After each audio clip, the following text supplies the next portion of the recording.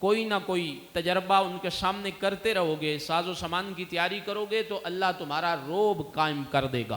تمہارا دبدبہ قائم کر دے گا، پھر کسی کی جرت نہیں ہوگی کہ وہ تم پہ حملہ کرے۔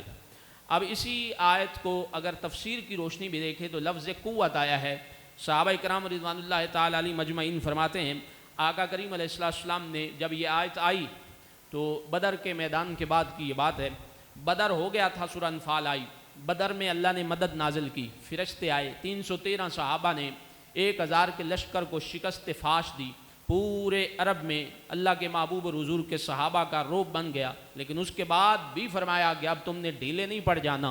تمہیں اللہ کی مدد ملی ہے، اب یہ نہیں کہنا کہ اب آگے بھی کوئی میدان آئے گا تو اللہ فرشتے بھیج دے گا، بلکہ تم نے اسباب پہ نظر رکھنی ہے، اپنی تیاری خود کرنی ہے، اپنے آپ کو مضبوط کرو، اپنے آپ کو جنگی طور پہ تیار کرو، اپنے اندر جذبہ جہاد پیدا کرو، اپنا مال لگاؤ،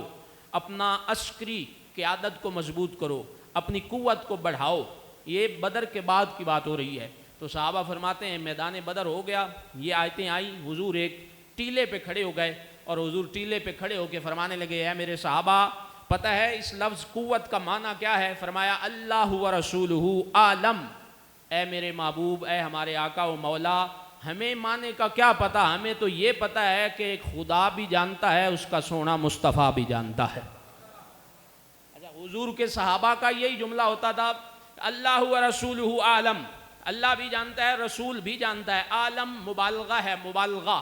یعنی یہ نہیں کہا کہ اللہ زیادہ جانتا ہے، رسول کم جانتا ہے، اللہ کے لیے بھی عالم لگایا ہے اور رسول کے لیے بھی عالم لگایا۔ اور صحابہ ہر دفعہ یہی جملہ بولتے تھے، جب بھی حضور کوئی شے صحابہ سے پوچھتے کہ یہ بتاؤ یہ کیا ہے، تو صحابہ کا یہی جواب ہوتا اللہ و رسولہ عالم، عالم اللہ بھی ہے، رسول بھی ہے، مبالغہ اللہ کے لیے بھی ہے، رسول کے لیے بھی ہے۔ ہم اگر کوئی شے حضور کے لیے ثابت کر دیں تو لوگ کہتے ہیں یہ تو مشرک ہو گئے، اللہ کے لیے بھی وہی شے ثابت کرتے ہیں، رسول کے لیے بھی وہی ثابت کرتے ہیں۔ اگر کسی میں اتنی جرت ہے تو حضور کے کسی صحابی کو بھی مشرک کا فتویٰ لگا کے دکھاؤ کہ حضور کے صحابہ بھی مشرک ہو گئے۔ نہیں، حضور کے صحابہ ہمیں یہ بتا گئے کہ یہ عشق مصطفیٰ ہے، یہ حضور سے پیار ہے، یہ محبت ہے۔ ہر پیار کرنے والا، محبت کرنے والا، عشق کرنے والا اتنی بات جانتا ہے۔ اللہ و رسولہ عالم کا جملہ ہمیں بتا کے یہ صحابہ بتا رہے ہیں کہ خدا سے مصطفیٰ جدا نہیں ہے، مصطفیٰ سے خدا جدا نہیں ہے۔ اللہ اپنے محبوب سے جدا نہیں ہے اور اس میں شرک نہیں ہے۔ اللہ نے اپنی شانوں سے، اپنی طاقتوں سے حضور کو طاقت عطا فرمائی۔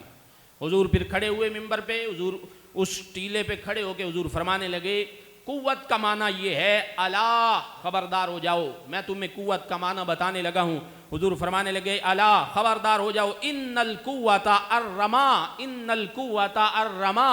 ان القوت الرما، 3 دفعہ حضور نے خبردار بھی کیا اور یہ جملہ بھی بولا، اور حضور فرمانے لگے خبردار ہو جاؤ، بے شک قوت اللہ نے تیروں کے اندر رکھی ہے۔ رما تیر کو کہتے ہیں، تیر کے اندر قوت ہے، قوت تیر ہے۔ سب سے قوت زیادہ جو جنگی ساز و سامان ہے اس میں، ان ہتھیاروں میں سب سے مہلک ہتھیار تیر ہے۔ یہ حضور فرمانے لگے دور سے مارو،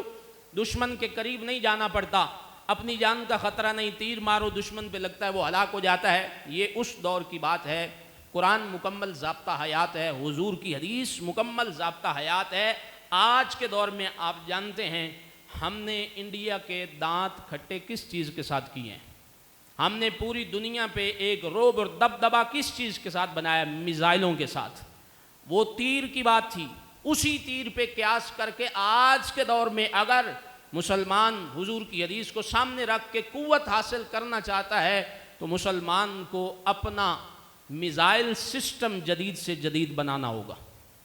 مسلمان نے الحمدللہ، پاکستان نے اپنا میزائل سسٹم، جسے ٹیکنیکل بیلسٹک میزائل سسٹم کہتے ہیں، ٹیکنیکل بیلسٹک میزائل سسٹم، وہ پاکستان نے الحمدللہ اللہ کی عطا سے، ہمارا کوئی کمال نہیں، اللہ نے ہمیں ایسے خوبصورت ذہن دیے، خوبصورت سوچ دی، خوبصورت لوگ دیے، انہوں نے ہمیں محفوظ کیا، خوبصورت بیلسٹک میزائل سسٹم تیار کر کے دیا کہ ہمارے پاس ہتف ہے، نصر میزائل ہے جو 100 کلومیٹر تک مار کرتے ہیں، یہ سب سے چھوٹا میزائل ہے، اس کے بعد ہمارے پاس ابدالی ہے جو 200 کلومیٹر تک مار کرتا ہے، اس کے بعد غزنوی ہے 350 کلومیٹر تک اپنے دشمن کو مار کرتا ہے، پھر اس کے بعد رعد ہے، رعد 700 کلومیٹر تک اپنے دشمن کو نشانہ بناتا ہے اور سب کچھ تہس نہس کرتا ہے، اس کے بعد بابر ہے جو 1000 کلومیٹر تک اپنے دشمن کو نشانہ بناتا ہے، پھر اللہ نے ہمیں غوری جیسا، ابابیل جیسا، شاہین جیسا میزائل دیا جو 1500 کلومیٹر تک اپنے دشمن کا نشانہ کرتا ہے،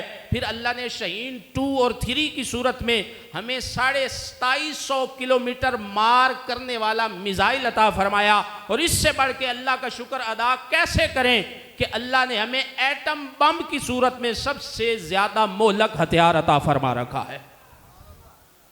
یہ ہمارا میزائل سسٹم ہے، اس کے میں نے چند میزائلوں کے نام پڑھے، ان کی رینج میں نے آپ کے سامنے پڑھی۔ انڈیا زیادہ دور کوئی نہیں ہے، ہم نے اپنے دشمن کی پوری تیاری کر رکھی ہے، ہر طرح کا دشمن قریب بیٹھا ہے یا دور، ہمارے پاس الحمدللہ اپنا سسٹم ہے اللہ کی عطا سے، لیکن اس کے باوجود بھی آپ دیکھتے ہیں کہ ہماری افواج اور ہمارے لوگ، ہمارے سائنسدان، ہمارے یہ بچے جو پڑھ لکھ کے آگے بڑھ رہے ہیں، یہ سست نہیں ہیں، یہ مزید محنت کر رہے ہیں، اور یہی حکم ہے اللہ کے پاک کلام کا، اعدوا، تیاری میں لگے رہو، کسی بھی وقت دشمن تم پہ چڑھ دوڑ سکتا ہے، اپنی تیاری رکھو، اسباب تم نے پیدا کرنے ہیں، پھر اللہ تمہاری مدد کرے گا، ہاتھ پہ ہاتھ نہیں دھر کے بیٹھنا، اسباب پیدا کرنے ہیں، تو وہ اسباب الحمدللہ ہم نے پیدا کر رکھے ہیں، اللہ تعالیٰ نے ہمیں اپنی مدد سے یہ سب کچھ عطا فرما رکھا ہے، اور یہی حضور نبی رحمت صلی اللہ علیہ وآلہ وسلم کے فرمان عالی شان سے اور اللہ کے پاک کلام سے ہمیں سبق ملتا ہے۔ پھر اس کے بعد اللہ تعالیٰ نے آگے سورہ توبہ ہے، اس میں یہ ہو گئی قوت، آپ کے پاس ہتھیار آ گئے، آپ کے پاس میزائل آ گئے، لیکن بندہ ہی کوئی نہیں چلانے والا، کوئی جہاد کے لیے نہ نکلے تو پھر میزائل خود تو نہیں نہ چلتے، ہتھیار خود تو نہیں نہ چلتے، جہاز اپنے آپ تو نہیں اڑنے، پھر اللہ تعالیٰ نے ہمیں حکم دیا۔ سورہ توبہ میں اللہ وحدہ لا شریک نے آیت نمبر 39 اور 40 میں یہ حکم ارشاد فرمایا، اللہ پاک نے ارشاد فرمایا کہ یا ایھا الذین آمنوا ما لکم اذا قیل لکم انفروا فی سبیل اللہ ثاقلتم الی الارض، اے ایمان والو جب تمہیں کہا جائے کہ اللہ کی راہ پہ نکلو تو تم زمین پہ بیٹھ نہ جایا کرو، ڈر نہ جایا کرو، تمہارے کندھے جھک نہیں جانے چاہیے، تمہارے اوپر یہ جہاد بوجھ نہیں ہونا چاہیے، اس کا بوجھ تم محسوس نہ کرو۔ پھر فرمایا اَرَضِیتُم بِالْحَیَاةِ الدُّنْیَا مِنَ الْآخِرَةِ، کیا تم نے دنیا کی زندگی کو آخرت کی زندگی پہ ترجیح دے دی ہے، پسند کر لی دنیا تم نے، تمہیں آخرت نہیں چاہیے، تو اس لیے جب تمہیں جہاد کا حکم ملے تو تم اسے اپنے اوپر بوجھ نہ سمجھو، تمہارے لیے یہ دنیا نہیں ہے، تمہارے لیے آخرت ہے۔ اور فرمایا فَمَا مَتَاعُ الْحَیَاةُ الدُّنْیَا فِی الْآخِرَةِ إِلَّا قَلِیلٌ، سن لو جتنی بھی دنیا کما لو یہ آخرت کے مقابلے میں بڑی تھوڑی ہے، دنیا بہت تھوڑی ہے، اصل ٹھکانہ تمہارا آخرت ہے۔ فرمایا اِلَّا تَنْفِرُوا يُعَذِّبْكُمْ عَذَابًا عَلِیمًا، اگر کوچ نہ کرو گے تو اللہ تمہیں سخت سزا دے گا، سخت سزا ملے گی۔ جو اسلامی ممالک تیاری نہیں کی،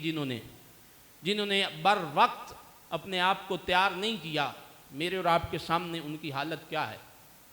میرے اور آپ کے سامنے ان کے ساتھ کیا ہو رہا ہے۔ اصل صورت میں کسی کی جرت نہیں ہے اللہ کے بندوں پہ اس طرح کرے، یہ اپنے ہاتھوں کی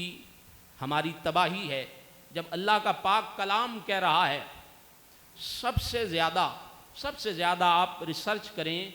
سب سے زیادہ سخت عذاب عربوں پہ آنا ہے، جو عربی جانتے ہیں، کیونکہ اللہ نے قرآن عربی لہجے میں نازل کیا ہے۔ عرب جو عربی علاقے ہیں ان کی جو زبان ہے، لب و لہجہ ہے، اس صورت